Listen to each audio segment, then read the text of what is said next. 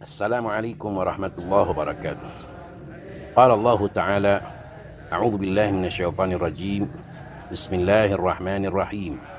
وما قدر الله حق قدره والأرض جميعا قبضته يوم القيامة والسماوات مطويات بيمينه سبحانه وتعالى عما يشركون.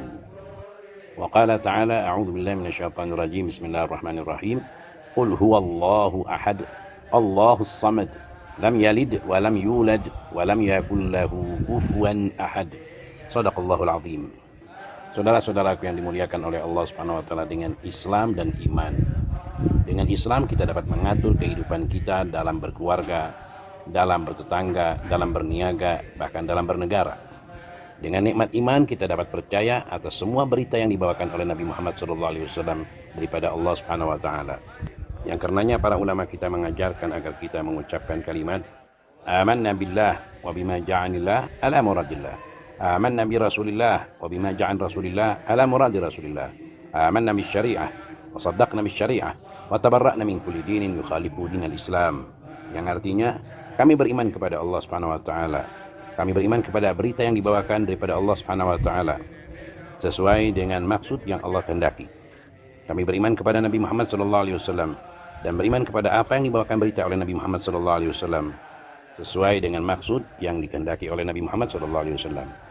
Kami beriman kepada syariah Nabi Muhammad SAW dan kami percaya kepada syariahnya, dan kami berlepas diri daripada semua agama selain daripada Islam. Kemudian tafsir daripada ayat Quran yang pertama kita baca, juga surat Al-Ikhlas, adalah sebagai berikut. Pada suatu hari ketika Rasulullah SAW duduk dengan para sahabatnya, datanglah beberapa orang Yahudi bertanya kepada Rasulullah SAW tentang hakikat Allah Subhanahu wa taala.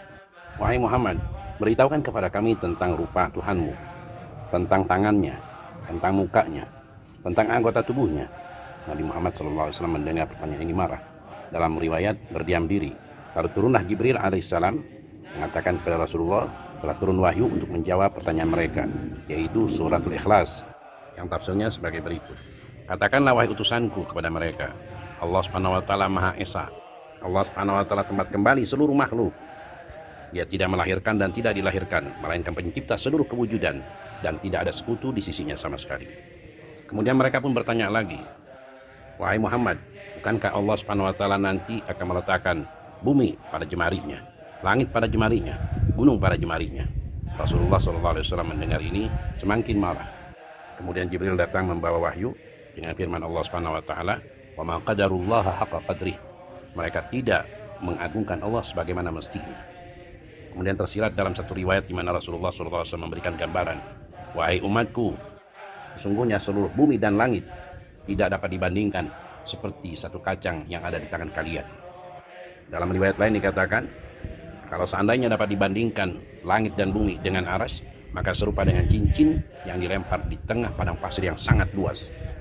Wahai saudaraku yang dimuliakan oleh Allah Subhanahu wa taala, dengan akal sehat, dengan keimanan kepada Allah Subhanahu wa taala, sering kita mengucapkan takbir Allahu Akbar, Allahu Akbar. Artinya Allahu Akbar min kulli syai', Allahu Akbar yang maha besar dari segala sesuatu. Jadi sungguh tidak dapat dibandingkan oleh kita seperti molekul atau sel dengan alam semesta. Jadi kalau ada orang membandingkan Allah Subhanahu wa taala seperti perbandingan sel dengan alam semesta, maka itu bukan bagian daripada pengagungan kepada Allah Subhanahu wa taala, melainkan perendahan. Ada satu cerita, seorang anak berkata kepada ayahnya, wahai ayah, bisakah kau menggambarkan tentang besarnya alam semesta dan bagaimana Allah Subhanahu wa taala perbandingannya dengan alam semesta? Ayahnya mendengar ini kaget. Bagaimana kau dapat membandingkan Allah dengan alam semesta? Mereka adalah makhluknya Allah Subhanahu wa taala. Kemari wahai anakku, kau bawakan senter, lalu matikan lampu kamar. Sang anak pun segera bangkit mengambil senter serta mematikan lampu kamar. Kemudian sang ayah menyalakan senternya dan nampaklah butiran-butiran debu yang sangat halus sekali. Lalu ayahnya mengatakan, wahai anakku, tahukah engkau alam semesta yang kita hidup di dalamnya, langit dan bumi ini berada di antara satu debu yang ada di hadapan kamu. Adapun di luar daripada itu banyak lagi alam yang kita tidak ketahui, hanya Allah yang mengetahuinya. Wahai anakku, ketika engkau mendapatkan perselisihan antara ulama-ulama Islam, maka ikutilah Ahlul Bait yang selalu mengikuti Al-Quran, yang meyakini akan Al-Quran. Sebab Nabi Muhammad SAW telah menjamin mereka tidak akan terpisah daripada Al-Quran hingga datangnya hari kiamat, hingga mereka dikembalikan kepada Nabi Muhammad SAW di telaga haudnya. Kemudian anaknya bertanya, wahai ayah, bagaimana dengan pendapat orang yang mengatakan Allah ada di atas arsy, juga ada di atas langit, dan turun naik sebagaimana manusia? Ayahnya menjawab, wahai anakku, sudahkah kau melihat apa yang aku contohkan daripada debu-debu itu? Apakah mungkin menurut akalmu yang sehat Allah ada di dalamnya, atau di atasnya, atau terbuat darinya? Dengarkan olehmu kata-kata Imam Ali dan Nabi radhiyallahu anhu, dan kau simak dengan baik, ikutilah dan peganglah olehmu hingga akhir hayatmu.